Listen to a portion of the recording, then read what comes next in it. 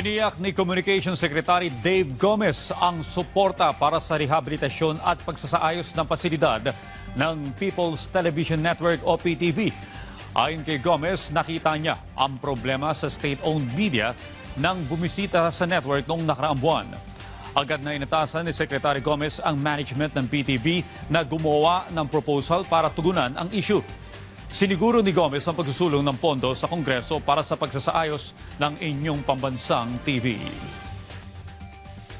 Kaya nung nag-testify ako sa Congress to present and defend our budget, mga 3 weeks ago pa, naimungkahin na natin sa Kongreso na kailangan talaga ng pondo ng PTV4 para ma-rehabilitate yung PTV4. No? Yung bagong management, under GM Malu and Chair Vivian, pinagawa ko na ng proposal kung anong kailangan ayusin doon at natanggap ko na yung proposal nila last week pa.